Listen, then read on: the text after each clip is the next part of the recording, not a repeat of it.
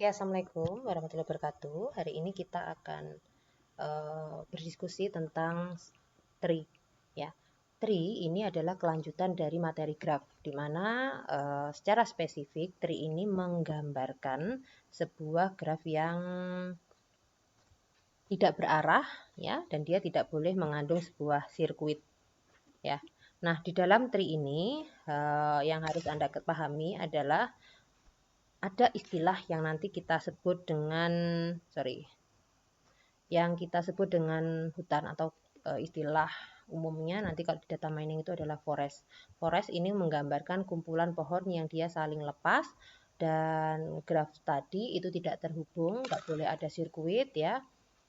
Nah, ini misalnya istilah hutan itu tuh kumpulan dari pohon-pohon, gitulah gampangnya. Jadi misal saya mau melakukan pencarian biji jodoh, harus ada ketampanan, harus ada kekayaan, harus ada kebaikan hati, lemah lembut, gemulai dan sebagainya, sampai 6 fitur gitu ya. Nah, ada yang orang itu yang misalnya kekayaannya nggak penting, ya, sehingga pola trinya itu membentuk satu pohon, ya. Kemudian ada lagi orang yang kekayaannya tadi nggak penting, kemudian berarti misalnya ketampanannya nggak penting, jadi satu pohon lagi, misalnya seperti ini. Ada lagi orang yang mungkin berpikiran lemah lembut itu nggak penting karena mungkin, atau tutur katanya nggak penting karena mungkin dia itu bisu tuli gitu, sehingga pola-pola tadi kita kumpulkan dalam sebuah beberapa kemungkinan tree yang itu kita sebutnya satu paketnya tadi kita sebut dengan hutan. Oke, tree itu sendiri punya karakteristik supaya kita bisa membedakan, oh ini graf, ini tree. Maka yang pertama tadi ya sudah saya ulang-ulang terus ya, dia memiliki sebuah vertex dan dia juga punya edge ya. Maka ini kesamaannya. Menggambarkannya juga di layar juga terlihat bahwa G sama dengan V, E gitu ya. Vertexnya apa, edge-nya apa. Kemudian di dalam lintasan tadi dia harus bentuk lintasan tunggal. Misalnya ada node A, B, itu hanya boleh satu jalan. A itu nggak boleh lewat E1 ataupun lewat E2 gitu misalnya ya. Sehingga di sini harus lintasan bentuknya tunggal. Saya lanjutkan ya. Selanjutnya nanti ketika umumnya itu nanti tree itu digambarkan seperti bagian kanan sendiri. Gambar yang bagian kanan sendiri. Ada leveling dari atas menuju ke bawah yang misalnya yang membentuk seperti rumah kemah gitu ya. Nah, di gambar tersebut itu kan titik teratasnya di level 0-nya ada satu titik ya. Satu titik tadi membentuk satu cabang di bawahnya ya, dua cabang di bawahnya. Nah, kalau gambar di atas ini itu ada 3 titik ya. Maka M-nya ada sama dengan 3. Lalu N tadi yang kita sebut dengan N-1 itu sebenarnya berapa jumlah anaknya. Maka jumlah anaknya itu ada 2. Maka dia bercabang ke 1, bercabang ke 1. Maka M sama dengan N-1. Oke, di pembahasan yang sebelumnya kita sudah mengenal istilah spanning graph ya. Sebuah graf yang diputus rantainya, ya, ada satu sirkuit yang diputus sehingga tidak terbentuk pola sirkuit. Kemudian pola-pola memotongnya itu bisa macam-macam.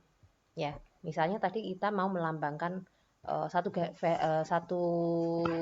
edge ini untuk melambangkan satu fitur ya.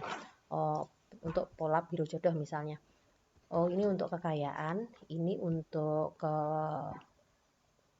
ketampanan, ketajiran ya. Jadi mungkin dari ketampanan, ketajiran, kemudian lemah lembut ya, dan gemulai. Nah, orang nggak penting itu gemulainya seperti apa, itu misalnya karena buta. Atau orang nggak perlu, misalnya ini ketampanan dan lemah lembut gitu ya. Yang penting uangnya banyak gitu. Atau ada orang yang kekayaannya nggak perlu misalnya, ya kan banyak macam-macam gitu ya. Maka tadi ya spanning tree itu diputus salah satu jalurnya. Dan kita ingat kembali ya istilah spanning graph. Spanning graph itu adalah himpunan bagian, atau istilahnya kalau di dalam graf kita sebutnya adalah upagraf. Jadi himpunan bagian dari graf besarnya itu seperti apa. Nah, kalau kita punya graf seperti ini, kemudian misalnya tadi dengan memutus kegemulaiannya ya, jadi masih ada 3 fitur yang tersisa. Kemudian di T2 ada 2 fitur yang diabaikan sehingga masih tersisa ini. Ya, ada fitur kekayaan tadi yang kita abaikan sehingga tersisa 3 fitur ini gitu. Nah, ini yang kita sebut dengan tree merentang atau spanning tree.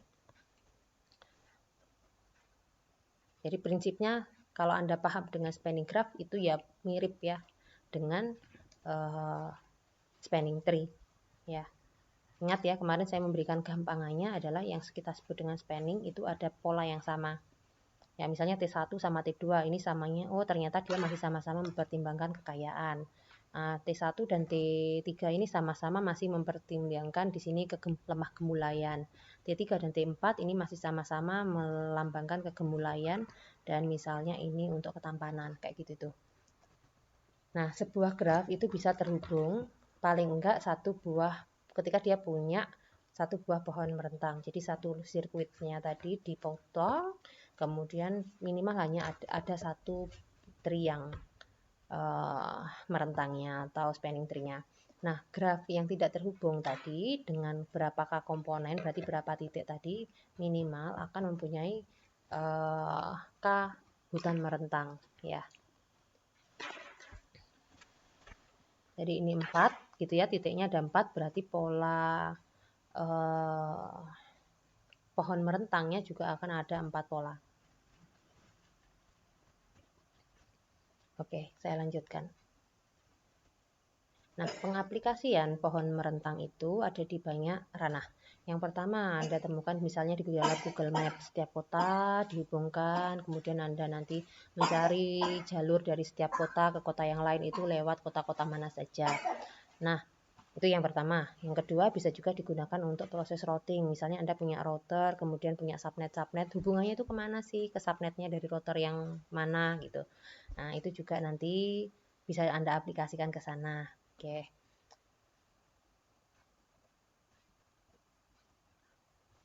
Nah, yang menjadi masalah terkini itu adalah mencari jalur terpendek ya atau POL. Kalau kita masih dalam cakupan spanning tree minimum gitu ya. Ya, dalam cakupan spanning tree tadi berarti kita bahasnya adalah spanning tree minimumnya.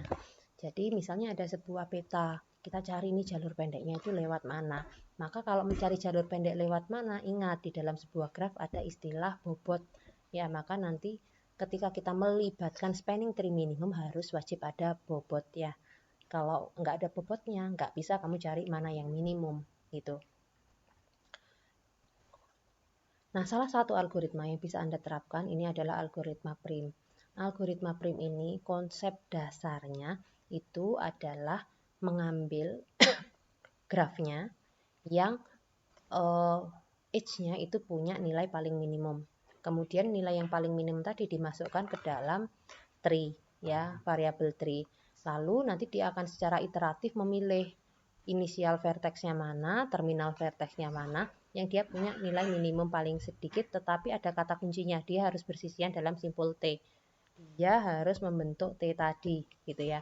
Tetapi tidak boleh membentuk sebuah sirkuit kembali ke dirinya sendiri, gitu. Atau istilahnya memutar, itu nggak boleh ya. Dan langkahnya diulangi sebanyak n-2 kali.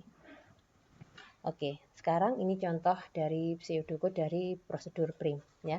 Inputannya bisa diketahui bahwa ada G yang melambangkan sebuah graf. Di dalam G ini punya vertex dan edge yang nanti Anda inisialisasi. Outputnya adalah juga sebuah tree yang outputnya nanti akan menampilkan vertex dan edge yang mau Anda representasikan.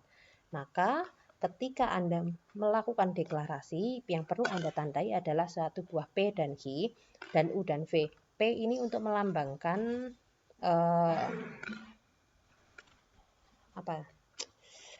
inisial vertex dan terminal vertexnya. Tujuannya dari mana, menuju ke mana. Nah, nanti UV-nya ini yang nilai kota-kotanya diganti-ganti gitu. Nanti, jadi kan for I set-nya sama dengan 1 menuju n-2. Apa yang dilakukan? Maka tadi milih yang bobotnya paling kecil ya. Setelah dia bobotnya paling kecil dan dia punya kata kunci harus bersisian dengan simpul T, artinya harus membentuk T tadi, maka hasil dari iterasi sebelumnya yang kita simpan dengan nama T tadi digabungkan dengan hasil UV yang paling minimum tadi, yang kita anggap bobotnya paling minimum, diupdatekan ke variabel T. Maka itu dilakukan perulangan, ketika itu sudah selesai baru di-end-kan. Oke, sekarang kita punya contoh semacam ini. Dari 1 menuju ke beberapa vertex yang nilainya macam-macam gitu. Lalu kita diminta ini menggunakan algoritma print berapa nilai spanning tree paling minimum. Maka yang kita lakukan pertama adalah melihat titik awalnya dari mana. Karena ini angka, kita mulai aja dari angka 1 gitu ya. Nah, 1 ini bisa bercabang ke nilai 30, 10, dan 45 dengan nilai vertex yang beda-beda. Tapi yang kita simpan tadi adalah nilai yang paling minimum. Berarti nilainya adalah 10. Oke. Nah, nilai 10 ini maka kita simpankan di iterasi pertama. Dari 1 menuju ke 2, bobotnya ada 10, disimpan ya. Berarti sekarang kalau kita anggapkan ini tadi adalah P-nya 1, Q-nya adalah 2, maka di iterasi kedua nilai 2-nya tadi kita update. Ya, P-nya adalah 2. Nah, Q-nya ya lihat dulu nilai bobotnya yang paling minimum mana. Ya, 2 ini nyambung dengan 6, 5, dan 3. Nah, ini nilainya 25, 40, dan 50. Ya, yang kita ambil yang paling kecil yaitu 25. Nah, 25 ini kita cek. Ya, masuklah ke dalam T yang terupdate. Sehingga rute yang disimpan adalah 1 ke 2, 2 ke 6. Dengan bobot 10 dan 25. Oke, kita lanjutkan. Sekarang nilai P terupdate ya, karena ini yang paling minimum, P-nya ada di nilai 6. Ya, 6 ini bisa nyabang ke dua pola. Bisa ke kanan, bisa ke kiri. Ya, maka kita simpankan, karena tadi iterasinya kan 2 kali. Ya, 6 itu bisa ke 15 yang nilainya paling minimum. Ya, dan 6 bisa ke 20 ya, yang nilainya bisa ke 20. Tapi kita simpan yang paling kecil dulu yaitu 6 menuju ke 15. Nah, 3 kemudian menuju ke 6 nilainya adalah 15 ya. Itu nilainya adalah 15 tadi, sehingga 1 ke 2 disimpan nilainya 10, ke 6 25, 3 ke 6 jadi 15 ya. Berarti ditambahkan 10 tambah 25 tambah 15. Oke, kita lanjutkan. Lah, tetapi kalau Anda perhatikan 6 ini itu bisa ke kiri, bisa ke kanan. Nah, maka Anda harus melibatkan 4 ini, karena 1 tadi sudah dilibatkan, 2 tadi sudah dilibatkan, 6 sudah terlibat, 3 sudah terlibat. Ya, 4 ini belum terlibat gitu. Maka 4 ini juga harus dipetakan. 4 ya jalurnya paling kecil nih, 20. Ya, 6 ke 4 ini 20, sehingga Anda simpan dulu. Ya, 6 ke 4 adalah 20. Maka oke, 1 sudah ada, 2 sudah ada, 6 sudah ada, 4 sudah ada, 3 sudah ada. Yang belum ada adalah node kelima. Ya, berarti satu-satunya jalur yang mungkin, ya karena ini jalurnya seperti ini dan kebetulan ini yang paling dekat, ya berarti dari 3 inilah yang menuju ke 5. Ya, menuju ke 5. Ketika node 1, node 2, node 3, node 4, node 5, dan node 6 sudah terdata di dalam pohon rentangan tadi, maka kita anggap ya sudah, ini berarti sudah selesai, maka iterasinya cukup sampai dengan 5 iterasi dan ini adalah spanning tree yang terbentuk gitu. Maka hasil spanning tree yang paling minimum yang bisa kita bentuk itu adalah 10 tambah 25 ya, tadi sini tambah 15, bisa juga ke sini tadi jalurnya 20 dan nilainya adalah 35 di sini. Nilainya paling panjang adalah 105. Maka ini nanti misalnya kalau kamu mau dari 2 ke 6, berarti jalur yang dipilih ya ini. Misalnya dari 4 ke 3, ya 20 ditambah 15. Maka ini pola jalan-jalan yang lain udah nggak dianggap penting, sudah. Gitu ya. Nah, untuk penugasan nanti silahkan Anda lihat langsung saja pada video ya. Pada si Pejar maksud saya. Oke, saya pikir cukup. Saya akhiri. Assalamualaikum warahmatullahi wabarakatuh. Kita coba koreksi nanti di minggu depan.